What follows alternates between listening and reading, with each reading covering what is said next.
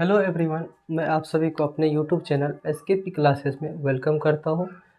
Dear, आज मैं आप लोगों के लिए सीटेट जुलाई 2024 ठीक है, इसका एग्ज़ाम है और मैं आप लोगों के समक्ष हिंदी पेडागोजी मतलब हिंदी शिक्षण शास्त्र का टॉपिक मतलब कुछ क्वेश्चन लेकर आया हूं जो कि प्रीवियस ईयर क्वेश्चन है। और ये क्वेश्चन आपको 2020 से लेके 2023 के बीच का क्वेश्चन है सब, और ये सब ऑलरेडी पहले से ही पूछा गया क्वेश्चन है। ठीक है, और मैं आप लोगों के समक्ष यही क्वेश्चन लाया हूँ जो पूछा गया है, प्रीवियस ईयर है। ठीक है, और मैं उम्मीद करता हूँ कि आप लोग इस वीडियो को पूरा देखेंगे और आप समझेंगे। ठीक है, तो क्वेश्चन एक कह रहा है कि किसके अंतर्गत पाठ्य सामग्री को जल्दी जल्दी किसी विशिष्ट सूचना के लिए पढ़ा जाता है। यानी अंतर्गत, किसके अंतर्गत, अंतर्गत का अर्थ होता है के द्वारा ना, किसके द्वारा पाठ्य सामग्री, जो आप कोई पाठ्य पुस्तक है या पेपर है या न्यूज़पेपर है, जो भी टॉपिक होता है, जो भी सूचना होता है, उसको हम लोग कैसे पढ़ते हैं, बारीकी से पढ़ते हैं, मीन्स एक एक करके पढ़ते हैं। ठीक है, क्वेश्चन नंबर 2 कह रहा है कि भाषा की कक्षा का परिवेश किस तरह का नहीं होना चाहिए। क्या कर रहा है, नहीं होना चाहिए। तो वो किस तरीके से नहीं होना चाहिए, ये तानाशाही नहीं होना चाहिए ना, किसी को दबाव में आके नहीं पढ़ाना चाहिए। ठीक है, ये हो गया। तो वातावरण कैसा होना चाहिए, समृद्ध होना चाहिए, अच्छा होनी चाहिए। ठीक है, ना कि तानाशाही, तानाशाही क्लास में नहीं होना चाहिए। ठीक है, यानी जो भी आप शिक्षा दे रहे हैं उस शिक्षा के शिक्षण द्वारा जो आप पढ़ा रहे हैं उसमें आप कक्षा में बच्चों को तानाशाही करके नहीं पढ़ा सकते, उसको आप उसके अंतर्गत पढ़ा सकते हैं जो वो पढ़ना चाहते हैं, वो टॉपिक। ठीक है, तीसरा क्वेश्चन है कि प्रत्यक्ष विधि में व्याकरण किस प्रकार से पढ़ाई जाती है।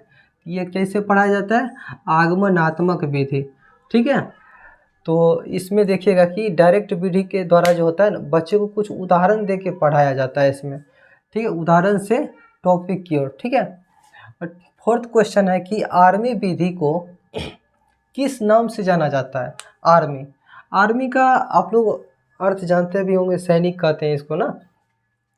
तो आर्मी विधि को किस नाम से जाना जाता है, श्रव्य भाषिक विधि, यानी सुनने की भाषा कौशल विधि।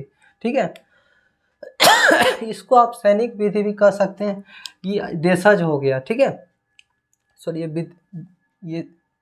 ये आपका हो जाएगा श्रव्य भाषिक विधि, जो कि एक विदेशी वो है, भाषिक टॉपिक है। ठीक है, तो देखिएगा क्वेश्चन 5 कह रहा है कि परीक्षा के लिए किसी विषय को सीखने के लिए किस पठन तकनीकी का उपयोग किया जाता है। तो किसका उपयोग किया जाता है, स्कैनिंग विधि को। इसमें क्या होता है, बच्चा को बोलने, सुनने और पढ़ने का मौका दिया जाता है, वो खुद क्या करता है, मोटिवेट होकर पढ़ता है, सीखता है। ठीक है, जिससे कि उसको मौका दिया जाए, अच्छा वातावरण दिया जाए। ठीक है, तो इसी प्रकार सीखने का एक अच्छा वातावरण मिलता है, जिसको हम लोग स्कैनिंग विधि के द्वारा आप जानते हैं। 6 क्वेश्चन कह रहा है कि भाषण परिचर्चा संवाद यानी बातचीत करने बच्चों की डैश क्षमता का विकास करने में सहायक है। यानी भाषण परिचर्चा में संवाद बच्चों की डैश क्षमता की विकास करने में सहायक है। तो ये कहेंगे मौखिक अभिव्यक्ति विधि, अभिव्यक्ति। यानी इसमें देखिएगा, आप बच्चे को जितना आप बोलने का उनको मौका दीजिएगा, तो वो अपने मौखिक द्वारा क्या करते हैं, बोलने की क्षमता का विकास होता है और वो बोलकर सीखते हैं। ठीक है, 7 क्वेश्चन है कि भाषा के विभिन्न का मतलब अलग अलग कौशलों को डैश के रूप में पढ़ाने की अनुशंसा की जाती है। एकीकृत का मतलब होता है कि इसमें बोलना, सुनना, पढ़ना, लिखना और अच्छा समृद्ध वातावरण दिया जाता है, तब जाके बच्चा का कौशल क्या होता है, विकास होता है, उसका डेवलप होता है। 8 नंबर क्वेश्चन कह रहा है कि बच्चे भाषा तब बेहतर तरीके से सीखते हैं जब भाषा का समृद्ध परिवेश हो। यानी भाषा का क्या होना चाहिए, अच्छा वातावरण होना चाहिए।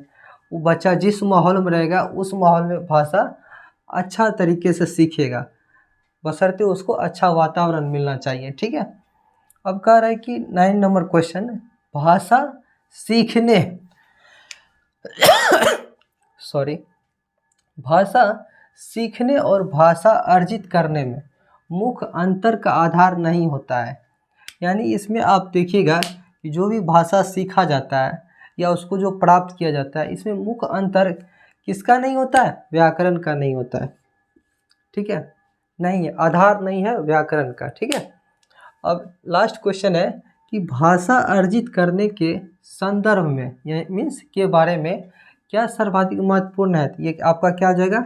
समृद्ध भाषा का परिवेश। यानी अच्छा यानी कि आप ऐसे भी कह सकते हैं कि वातावरण का सही माहौल होना चाहिए। ठीक है, अच्छा परिवेश रहेगा तो उसमें बच्चा क्या करेगा? सर्वाधिक रूप से वो भाषा को सीखेगा। ठीक है, तो आज का यही टॉपिक था और मैं आप लोगों को विश्वास दिलाता हूँ कि ये वीडियो आप लोगों को अच्छा लगा होगा। ठीक है, और मैं उम्मीद करता हूँ इस वीडियो को आप लोग ज़्यादा से ज़्यादा शेयर कीजिए, लाइक कीजिए। ठीक है, बस इतना ही। Thank you.